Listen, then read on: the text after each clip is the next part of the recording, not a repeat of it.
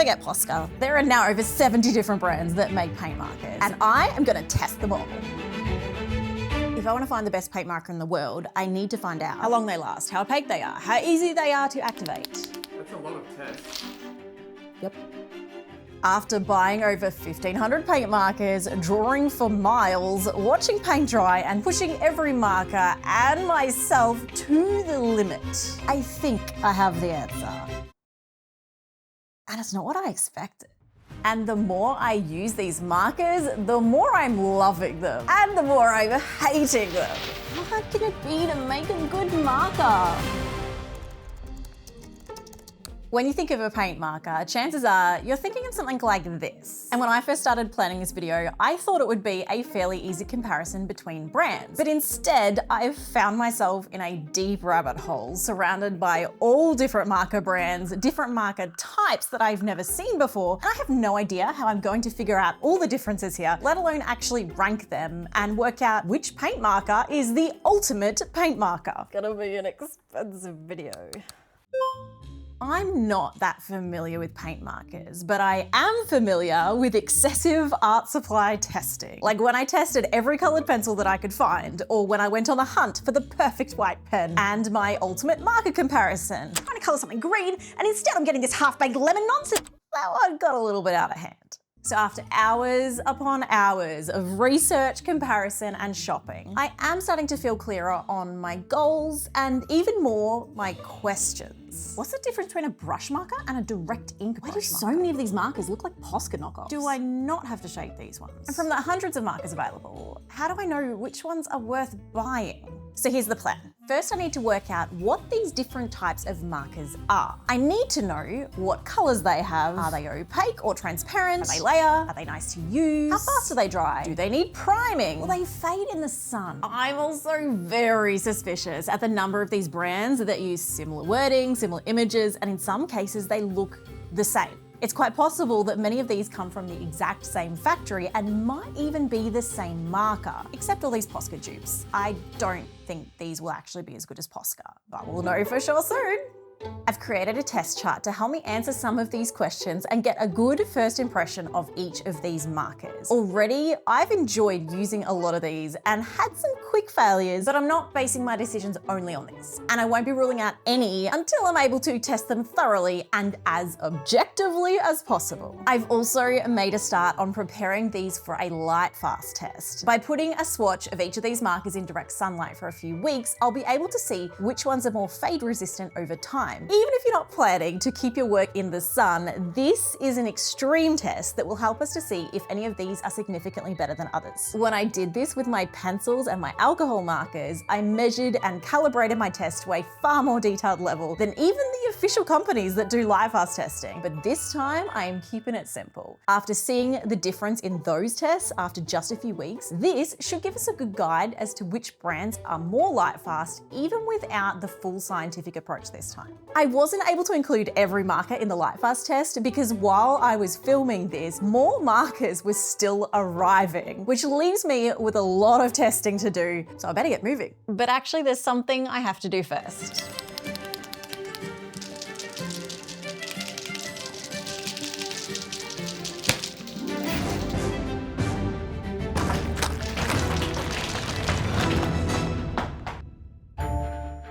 If you've ever been the first to use the ketchup bottle, you know that a good shake is essential so you don't end up with a pile of watery disappointment. And paint markers are the same, except they take a lot more shaking. In fact, one of the comments I see the most in the negative reviews on Amazon is from people who think their markers have arrived dry or are watered down. In most cases, the marker probably just needs a little more shaking. Most of these classic style paint markers are essentially a big tube of paint that's been formulated to the right consistency to soak through the nib and work like a marker. But often, the heavier pigments will separate from the rest of the fluid when they're left to settle, sometimes as quickly as a few hours after using them. That's where the rattle sound comes in.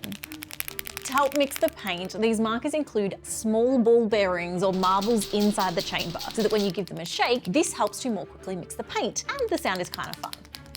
As a general rule, if your marker makes a sound when you shake it, you're probably supposed to shake it. Once the paint is mixed, it stays in the main chamber until you press down on the nib. This opens a valve, allowing the mixed paint to move into a much smaller chamber at the top where it can soak into the nib, ready to be used. That's why you'll see these markers advertised as valve or pump action. Every time you press the nib, it releases more paint. Some markers load almost instantly, and others will take up to 20 pumps to be ready to use. The problem with this system is that there's no way to mix the paint that's already been pumped through. So if it separates at the tip, the only solution is to pump new paint, which leads to wasted paint and unexpected puddles. This is why I was so curious when I first came across these new paint markers that say no shaking required. This goes against my whole understanding of how paint markers work, but it's becoming a really common trend among new marker brands. And I want to know, do these really work without shaking? Does the paint stay mixed? Is the paint still thick and opaque and decent quality? And how is this even possible? Paint marker technology has been the same for so long, this might change the entire industry. Some of these new markers were surprisingly easy to use. They didn't have the same mess or confusing activation process like the classic style paint markers. There seem to be a few different mechanisms here, and I'm starting to see patterns emerge. For one, a lot of these markers have this weird filtering system near the tip. They all seem to be more moist, take longer to dry, and still need a bit of a shake to mix the paint. And these other ones, they're light, more like a water-based marker. They're not nearly as messy as the others, but the paints generally aren't as vibrant or opaque, and they all seem to have this creaminess to the colors. The colors are so similar across brands. The purples are all more opaque than the rest of the colors, and the reds are all pastel, and what's with this very specific choice of brown? I don't know how I'm going to differentiate these. Right now, there aren't any real standout winners. And actually, I'm finding some problems across the board. Like, I've learned now that most paint markers don't like being layered while wet. They tear up the paper, ruin the tips, and just make a mess. And speaking of mess, it seems impossible to use paint pens without a little mess. They are paint after all, and they are more controlled than a paintbrush until you accidentally reactivate one in the middle of your project and create a huge puddle. In theory, this shouldn't happen with these new markers because they don't need to be activated. Apparently. Where the classic style Posca paint marker uses small ball bearings and a valve system, the new markers showing up all over Amazon have been redesigned to hopefully finally remove the annoying problem of spilling and unmixed paint. It also finally introduces the option of a brush tip marker, because this wouldn't be possible with the system of pressing on the tip like these classic markers, unless you take the Arrtx Simptap approach and add a button to release the paint instead.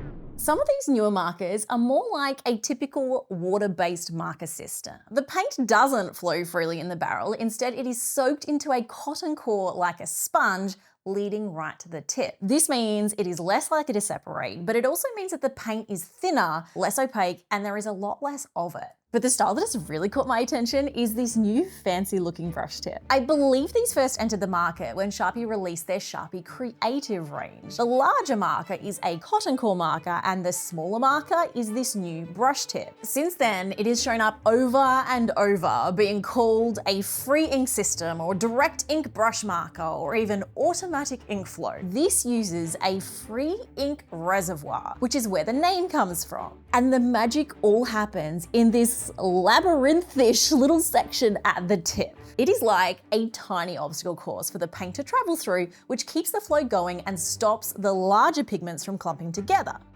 This keeps the paint better mixed and makes it far less likely to clog, so it needs much less shaking, sometimes none at all, as long as the ink has been designed correctly for this type of pen. So far, I've really been enjoying these new types of markers, but there are still pros and cons to each of these different designs, and it's getting clearer in my testing. Traditional paint pens have been the most opaque so far. They seem to be able to handle much thicker paint, which is probably why so many of those traditional paint brands are are using them. I've only been testing acrylic paint markers, but there are other types of paint markers with an alcohol base or with metallic effects or even oil-based paint, and these would probably require that classic design to work at all. The downsides is that the heavier paint separates, so they do need to be shaken, and they're very easy to spill or to flood, and the tips often dry out if the thicker pigment sits in them. Cotton core paint pens are far less messy, but also far less opaque. They are easier to use, cheaper to make, and they don't need to be shaken or activated. But they can't handle thicker paint, and if they do clog, they are useless. The automatic ink paint pens allow a lot more control and less flooding and less spillage compared to the classic markers. They are far less likely to clog, they are nice to use, and they are still able to handle some thicker paints and more opaque paints than the cotton core markers. They do still need some shaking to keep the paint mixed, and the paint needs to be formulated just right for them to work well, but they are quickly becoming my favorite type of paint marker. It does raise a question.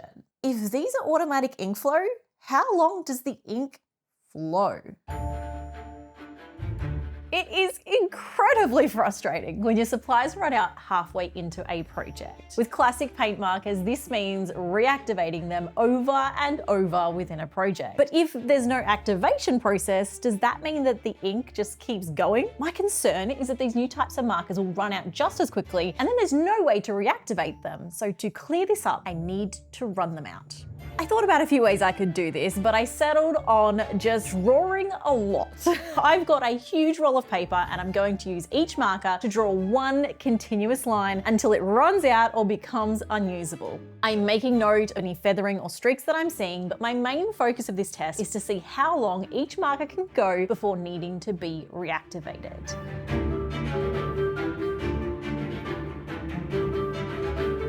From the classic pump style markers, Posca was the clear standout in every size, but across the board, the extra fine tips were the first to run out, which isn't surprising because they do have a much smaller paint chamber and tip.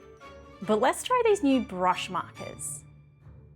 I'm not convinced that these brush markers will be able to have a consistent paint flow for long at all, and with no way to reactivate the paint, once they run out, you'll need to wait for the paint to eventually re-soak the tip. But actually, wow, I'm speechless. I intended to push these to the limit, but instead they pushed me to the limit. These markers have far exceeded my expectations, not just going beyond the classic pump markers, but almost filling my entire desk before showing any signs of running out.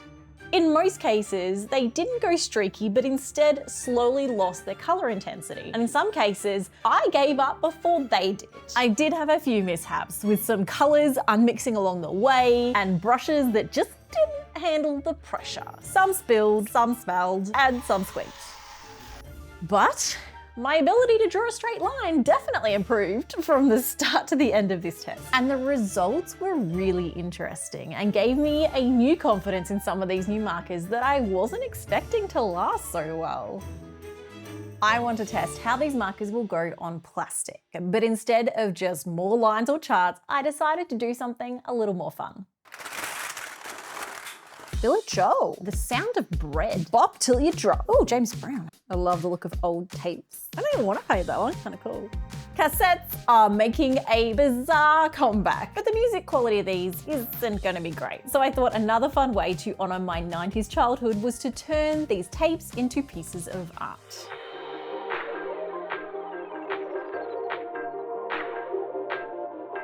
The last time I did something like this was when I painted my old rotary phone in the early years of this channel, but I never primed the plastic. So it's good that this doesn't get much use because the paint scratches off really easily even after all this time. So after raiding my uncle's vintage music collection, yes, I did just call it vintage, I've got this selection of tapes prepped with a spray plastic primer so I can give each of these paint markers a chance to win me over on an actual project.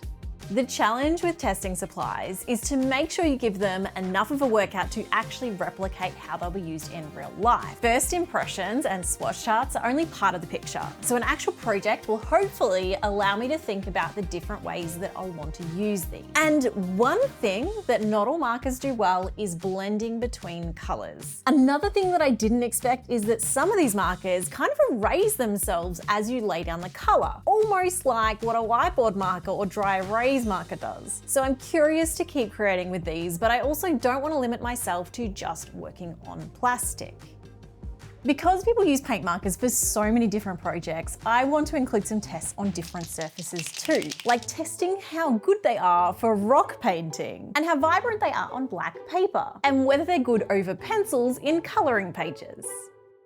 The black paper test was a really quick way to find some standout brands. Only a few brands were truly opaque, and the results weren't what I expected. So this was a neon yellow. There's a blue here somewhere. This is a blue. The brown turned orange. I'm disappointed to say that a lot of the traditional heritage brands are the ones that actually didn't do as well in this test. These new style markers, even the cheaper brands, are looking pretty promising overall. There are a few really good standouts, like the Copic Acrea. They're basically completely opaque. You can't see anything through them. The other one here is the Tooly Art Pastel. These are really opaque. I'm noticing a pattern among some of these brands where the same colors are showing up over and over, and a lot of these brands performed very similar in all the testing so far. And actually that's because most of these markers come from just a few factories. I have been looking closely at all of these, and I've had my suspicions ever since I bought these on Amazon. And I've found some markers from different brands that are exactly the same. Everything about these is identical except the labels. So I decided to chase the rabbit down the hole, and I found the manufacturer and confirmed my suspicions. I've been testing a lot of markers here from Flycy, and that's not a brand that you can easily find online because it's actually the factory that makes some of these other markers. I thought testing some of these factory direct options would save me from having to buy the many hundred more marker options from resellers on Amazon. But working out which brands come from which factories is a huge puzzle that I want to solve. I know these are Flycy because they actually have a small code on the bottom that Flycy uses on all their plastic molds. And I've got the catalogs from some other manufacturers to see if I can match up some of these other brands too and work out if these markers that look like cousins are actually twins. Before we all panic and cry scam, this isn't necessarily a red flag when buying a marker. See, some companies have their own factories, especially a lot of these classic heritage brands like Faber-Castell, Amsterdam, Edding, and Molitor. They usually use their own suppliers and product designers and even have their own chemists. But if a brand wants to make a marker but doesn't have their own factory specifically for markers, they have a few options. First, find a factory that does make markers and work alongside them to develop something new. Sometimes the factory will have a catalog or work directly with the designer, and sometimes they'll even import special inks or specific parts to make their marker unique. This is called OEM. It's what I think brands like Arrtx and Arteza are doing, and it's what a lot of big chain stores do. This is similar to white labeling, but white labeling is actually simpler again. Brands also work with the factories, but instead of designing something new, they just pick an existing product from a catalog. Maybe mixing and matching things like different nib types, different color ranges, or different packaging. White labeling is much more affordable for a company than the other options, and so that's where there has been a huge influx of new brands showing up on Amazon with markers that all look and feel the same. Some white label brands pour a lot of time into connecting with their community or creating other product lines that work alongside their markers to really support their audience. They design their own packaging and they genuinely want to make good products. And this is a great business model until 20 brands all use the same factory and sell the same markers under different names, and the customer ends up buying the same marker without realizing. And so I want to work out which of these markers are just white label twins, but it's not easy easy to work out. And this still wouldn't be too bad, except that there is an even lazier version of white labeling where brands don't even design their own packaging. They either slap their brand name on a generic design or they don't even bother to do that. And these are the brands that I think are worth actively avoiding. They're not unique brands, they are just resellers. Like the old word markers that I bought that showed up as Guangna, or the Elgren markers that showed up as Artwalker. These flood Amazon and they confuse customers and they don't really offer anything new or original. So I want the answers, and I've got more research to do. One of my favorite ways to use paint pens is to add accents to my coloring pages. I started doing this years ago with just a white pen, but now I love using every color, especially since I've been doing what I call dopamine coloring. I've already tested these on paper, but I also want to test them on pencils and on alcohol markers, which will help me to find the best markers for coloring books in general, but also for other things like card making and mixed media. The extra fine tips struggled on the pencils, and this is something that I've noticed in my own experience too. You have to be really careful not to clog the tips, so light pressure is essential. There was also something strange that happened with many of the white paint pens, especially the cotton core markers. They've been fairly good on other surfaces, but on the pencils, they disappeared. The alcohol marker test, however, was the first time that I really spotted a difference between some of these brands. Where one marker thrived, another similar marker completely failed, even when all the other testing has been almost the same so far. The Enemy Direct Ink, Tuli Art, Posca, and Let's Resin markers were the best performers on the alcohol markers, and this was even more obvious when comparing the whites. People have decorated stones for centuries, but much like coloring books, this simple craft of rock painting became so much more popular during the pandemic. You could paint some rocks at home or with your family and then hide them around town for others to find, and it was a great way to spread a little color and joy and connect with others who would then find the rocks and share them online. Paint markers are by far the best supply to use for rock painting. They're easy to use, they're less messy than paints, and they are waterproof once dry. At least that's what they say. Almost every brand of paint marker advertises that they are good for rock painting. And frankly, I don't believe them. I expected the rocks to just tear apart the nibs of my markers, especially the fine plastic tips, which is why I was surprised to see that the extra fine Tuli Art markers were so popular among rock painting groups. The fine tips were scratchier on the rocks compared to the smooth paper, and they did splatter if I wasn't careful with my pressure. But actually, these Tuli Art fine tip markers were great, along with the fine tip Posca and the Copic markers. I'm really surprised that this isn't like instantly damaging the tips. In fact, they're lasting longer on this rocky surface than they lasted when I just did them on other acrylic paint. I swear that actually just cleaned that marker. It like unblocked it. This is not what I thought was gonna happen in this test. That works better now after the rock than it did before the rock. That doesn't make sense.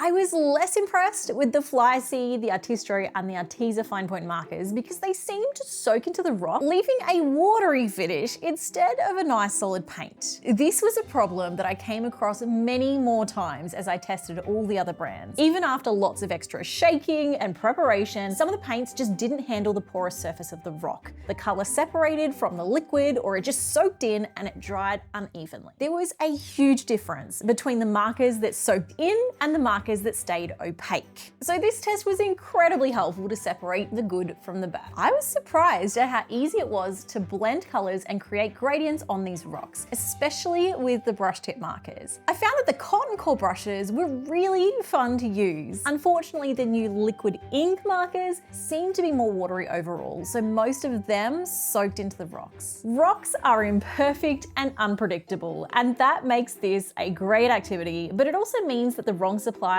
can make this frustrating instead of fun. So if your markers do soak in, like some of these, you might find that you'll get better results on rocks if you prime them first, or start with a white base coat to seal the surface and brighten the colors on top. My rocks aren't exactly a masterpiece, but that's so I don't feel quite as bad about what I'm about to put them through next.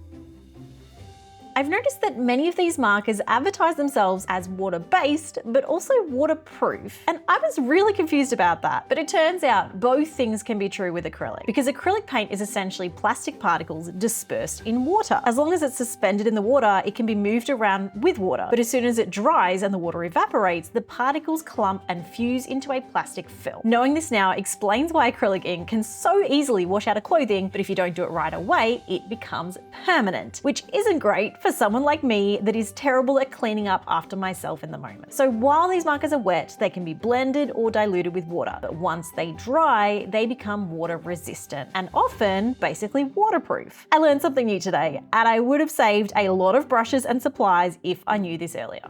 This introduces a new question. How long do these paint markers take to dry? I was trying to work out the best way to test this, so I created a chart where I could test if it was dry after different intervals, and then I just smudged the paint. Drying fast or slow isn't necessarily a sign of a good or a bad marker, but it is helpful to know. I wouldn't be giving the slower drying markers to my kids, and I'm such a messy and impatient artist that I probably need something fast for myself too. But if you're wanting to mix colors or blend paint, you probably want something that takes a little longer to dry so that you've got a chance to work with it more. The smaller tips were easily the quickest to dry, and most of the dual tip markers and the cotton core markers would dry within about 30 seconds. Some of the pump action paint pens and the direct ink flow pens were much slower and was still wet to touch even after a whole minute. I've got more tests to do, but I want to stop and check on the results of the test chart so far to see which markers are the most opaque. The cotton core markers and dual tip dot markers were consistently the worst. And when we look at the results of the black paper test, we see a similar pattern. I've also been surprised by the mixed results from some of these traditional paint brands. I really went over the top to shake and activate these to give them the best opportunity to do well on this test, but some of them performed worse than even the cheapest brands. Where the traditional brands do thrive though is in their marker packaging. Packaging is not something that directly affects how a marker works, but it definitely is part of the overall experience. It's super disappointing when you finally save up for a set of paint markers and then the packaging arrives and kills the vibe. At least you can always rearrange your markers and buy other storage to make them more practical and appealing, but the actual markers, the design and the packaging of this is important. And it's something that a lot of brands overlook. Many of the traditional paint brands include a ton of information on their barrels. They include color names, codes, instructions, safety information, and sometimes even the specific pigments used in their paint. Other brands don't even include their own brand name on the barrel. So I've created my own weighted scoring system to give each marker a score on what I think are the most important features of a good marker design. One big feature that is essential for a paint marker is to be able to see the paint inside, because this gives you a clear indication of whether the paint is mixed or whether it needs another shake. It's also unfortunately needed to know exactly what color the marker is, because not all brands are good at matching the colors of their lids to the colors of the paint. That's why artists always end up creating their own swatches to actually know what colors they are using. In all my tests with pencils and markers, I never expected paint markers to be such bad color matches. It seemed like almost half the markers I tested were a mismatch to a point that I would be annoyed when using them. It is really hard to measure this because I don't have the full range of every brand and every set, but even in just this small test, there are some brands that are showing up over and over as bad matches. These issues with low quality control are the main reason why I wanted to find more answers about the white label process and which companies are working with which factories. And I have been researching this for a few weeks now and haven't got all the answers that I hoped for. But here's what I know. I've been able to group most of these markers into categories based on their packaging, any technical data sheets, patents, barcodes, model numbers, and even import records when I could find them. I mentioned this briefly already, but they all kind of fall into one of these four categories: heritage brands, factory direct, original equipment manufacturing, and white label. And there's a fifth category, or what I like to call alphabet soup. Resellers or low effort white label brands with names that often look like they were chosen well, you get the idea. You can make some pretty good assumptions from looking closely at the markers themselves, like the mold markings that we found for the brands that all shared the Fly-C factory. But it's not a perfect system, because one factory might make a particular part and then sell it to many other companies to use, like the nib that we're seeing in these direct ink flow markers. These all seem identical, but these markers are definitely not made in the same place. In fact, I thought that the Art markers were also from the Fly-C factory, except that they didn't have the FS on the bottom. However, I was talking with a friend who said that she did find the FS on her set, so either Art moved to a different factory at some point, or they moved from the white label model to the OEM model, where they get more involved in the design. And I found a patent that looks like one of their other lid designs, so I think they are working really hard to make a good product and not just copy whatever else is doing, which is great. Most of these budget to mid-range markers come from just a few factories. But even those factories use multiple business names, making it really hard to accurately connect the dots. But there are more layers to this. Guangna, Languo, Cineart, Fly-C, these are some of the brands made within the factories, but you might also find a Guangna marker sold from a different company again. And ultimately, there's nothing wrong with any of this. Companies can make an amazing product by white labeling something that already exists. If a brand is approaching lots of factories and finding the ones that are making the best quality and then white labeling those great markers and bringing them to an audience, that's a completely valid business plan and useful to all of us. And for some brands, this is the only way to get their brand out there until they have the funds and the resources to develop their products further. I thought I was here to solve a puzzle, but nobody warned me that this was like one of those Ravensburger crypt puzzles where there is no picture and all the pieces are black. But the alphabet soup category. When you buy a set of markers from one brand, it is frustrating and confusing when it shows up with a completely different name on the package, or no name at all. And often these brands are the ones that don't go through the quality control. So how do you know which brands they are? Often they include bad spelling, sometimes even on the product itself. Sometimes they will have no brand name, or the brand name is entirely in capital letters. A lot are in these simple black bags with white letters, often in a default font and badly photoshopped. They all make bold claims about the benefit of their products. Their photos are sometimes backwards, often badly photoshopped, or they use stock photos or AI instead of actual art. They all have reviews and they have photos of every possible surface that they work on, but they all kind of just feel the same. This doesn't mean that they will be bad markers. It just means that you're rolling the dice and taking a bigger risk than if you buy from a brand that has invested time into learning what people want and creating products or finding products that actually solve the problem. I'm almost finished testing, and it's still going to take a while for me to review everything and work out how to separate and rank these markers, but I'm finally starting to see some outliers. So I need to pause the video for a moment and just interrupt, because I completely forgot that we did Lightfast testing a few weeks ago and it's been sitting on the window. It's been so long that the paper is no longer white. But I also mixed up all the markers, and so I don't know exactly which ones they are, and so I can't actually now do new swatches, and I didn't put any away, and I really didn't think this through. This Lightfast test actually is a little bit useless, which is really embarrassing for me and my level of detail. But what I can say, across the board, there is a lot of color still here. The colors have survived better than the paper. So while I don't know exactly which ones have faded, I think overall acrylic markers are pretty good.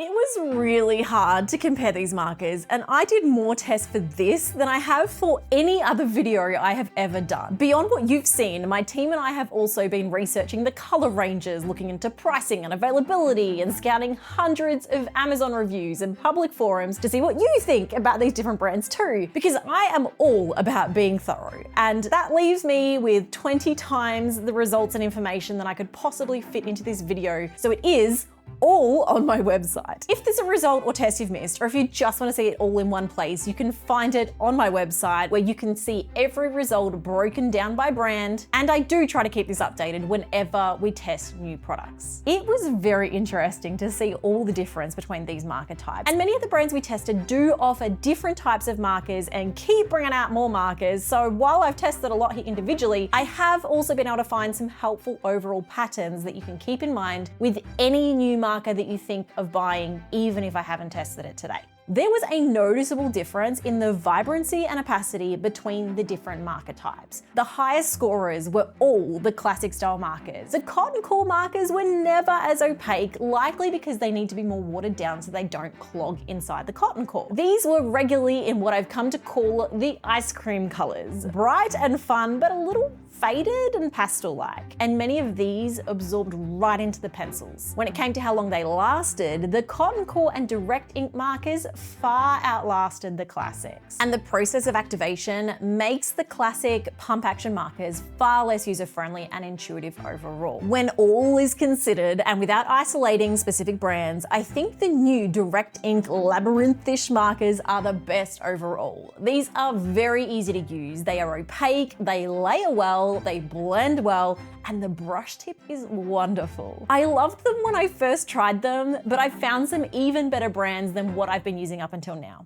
Each of these different marker types are better for different purposes, so it makes sense to pick a winner from each category. When it comes to the classic Posca style valve pump action paint markers, there were 3 that stood out from the rest. Let's Resin weren't on my original list, but they reached out to me in the middle of my testing, and I'm so glad they did. They are great markers, and I was only able to try out a small range. Their fine tips didn't clog as quickly as other brands, and they were one of the best on alcohol markers. Pilot was a very close runner-up, and I personally didn't have quite as many spills as I did with my Posca. They flowed well, they performed great on most different mediums, and they were high quality. But the Posca was such a high performer across the board, it had almost perfect scores across every medium, with the only thing letting it down being the learning curve and the risk of spills due to the pump action. But even compared to other pump action markers, these seem to have a great paint mix that is more opaque and stays better mixed even if you don't prime them perfectly. Plus, I've had some of these for 5 years or more, and they still outperformed all of these other brands, even though they were brand new. So Posca has lived up to its high reputation.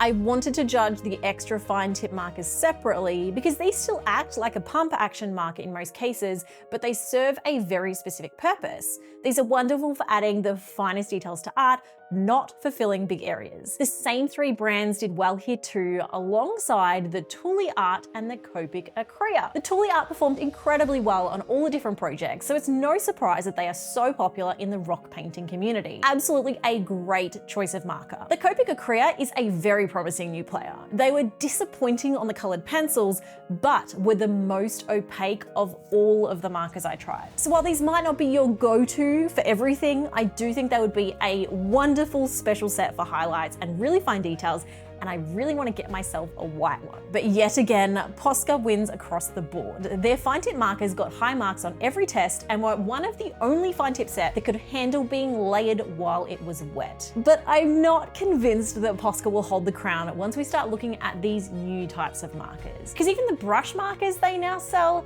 are still the pump action style. So Posca, if you're listening, maybe an opportunity here. Moving on to the new style markers, I didn't end up liking the cotton core nearly as much as the others, but there were still some promising options if you're looking for a no-mess paint pen and don't mind sacrificing a little bit of the vibrancy. This includes most of the dual tip options, but none of the dual tips ended up in my top 5 for the cotton core category. I was really surprised that Master's Touch ended up in my final 5, but ultimately it just didn't have the opacity or the range of the other markers. But for a store brand that I'm pretty sure is white labeled, actually a really good option. The Nicety medium paint pens and the Ahuhu Kalalu also scored really well, especially in how easy they are to use and being mess-free for beginners. But the winner for this category was Arrtx. Didn't know that was sideways. These are not the most opaque marker, but they were a strong performer in every category and worked on every medium. They blend better than others and they have a huge color range. The cotton core paint markers overall held up better than I expected against the other marker types, and they ranked especially well in how easy they were to use. But not a single marker in my whole test got a perfect score for this easy to use test. That's because this wasn't just from my own experience, but was calculated from a bunch of my other tests, like the flow, the activation, the packaging, the color matching, all in my effort to keep this as objective as possible. Pump action markers were naturally lower scoring because of the process of activating, and I accounted for every unmixed tip or unexpected mishap to try and keep things fair. I then deducted points for markers that took more than a minute to dry, or that spilled or splattered or clogged during my test, and frankly, none of these markers are perfect. Is my test slightly over-engineered? Yes. But was it helpful? Well, so it's time to pick a direct ink winner, and I am annoyed. I mean, today alone, I have spent all morning just looking at numbers and retesting markers and doing a whole bunch of stuff that we didn't even film. I feel like my conclusion to this is that nobody knows how to make a good paint marker. And that feels like a very disappointing conclusion to what has been like 2 months of testing. But let me explain. Posca have been a clear outlier here, and that's actually not what I wanted to be the result. I was really hoping that in this whole test, I would find multiple other markers that are outshining Posca and that we can finally say they're not actually the best. But in everything I've tested, they are still the best in so many ways. Except that they're really hard to use, especially for a beginner. People complain that they're dried up, watery, and all these things, and that's because they take a lot to prime. And I thought that the new direct ink markers would solve this problem, and we're close. Maybe it's because I've only just come in at like the start of this entire change in the industry, and maybe this is actually a good thing, that there is like a huge open opportunity here for brands who are hopefully listening to actually come up with a better paint marker. Because I do have 3 finalists in the direct ink, and I don't think that any of them have this right.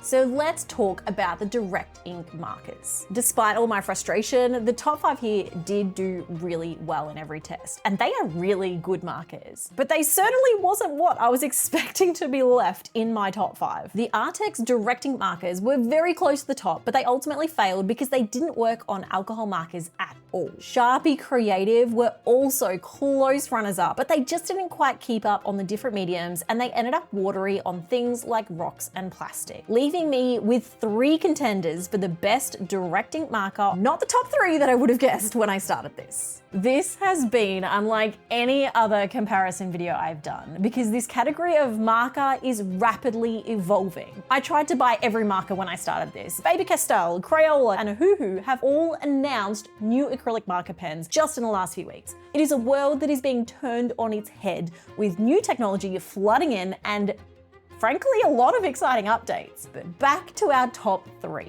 I'm not surprised to see a Ohuhu in this top 3. Their Ohuhu acrylic markers are wonderful, easy to use, they're fairly opaque, and perform well on most surfaces. They are affordable and have a great color range, and they are a little bit smaller to hold, but that's just a preference thing. The one thing that holds them back from being today's winner is that they just don't stay mixed. It takes only 5 to 10 minutes for the paint to separate again, which is not what you'd expect from this new style of marker, and ultimately it's what lets these down. The Enme and Shuttle Art direct ink markers are my final 2 contestants, and I'm not happy about it. These are both wonderful to use, but I hate that the Enme markers don't let you see the paint inside, and the Shuttle Art doesn't even say Shuttle Art on them. So I'm surprised that these are the top 2 markers, but I am loving both of these the more I use them. I used the Enme recently in a live stream, and they were wonderful on top of my alcohol markers, and the Shuttle Art were just as impressive on the pencils, the cassettes, and the general test. But both brands don't have the best quality tips, so you can't use a lot of pressure.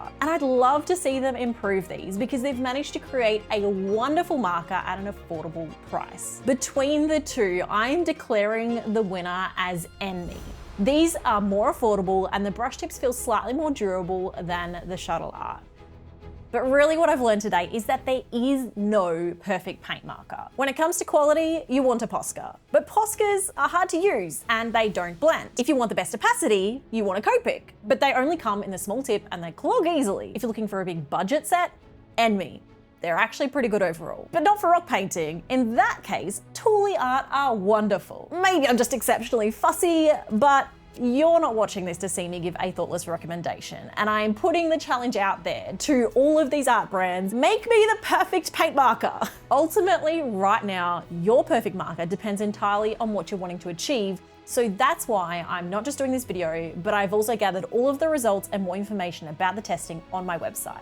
so you can see everything in detail and make your own decisions about which of these markers is right for you. Personally, I think from here, I'm going to be using the Enemy and my Poscas a lot more. But I am gonna keep on the lookout, so please subscribe because I intend to keep chasing this rabbit down this hole. This new tech has changed everything, and I don't think the winners today will be the best in another year. Maybe Posca will bring out a direct ink marker, or maybe there's a new brand that we haven't even discovered yet. So I guess, watch this space.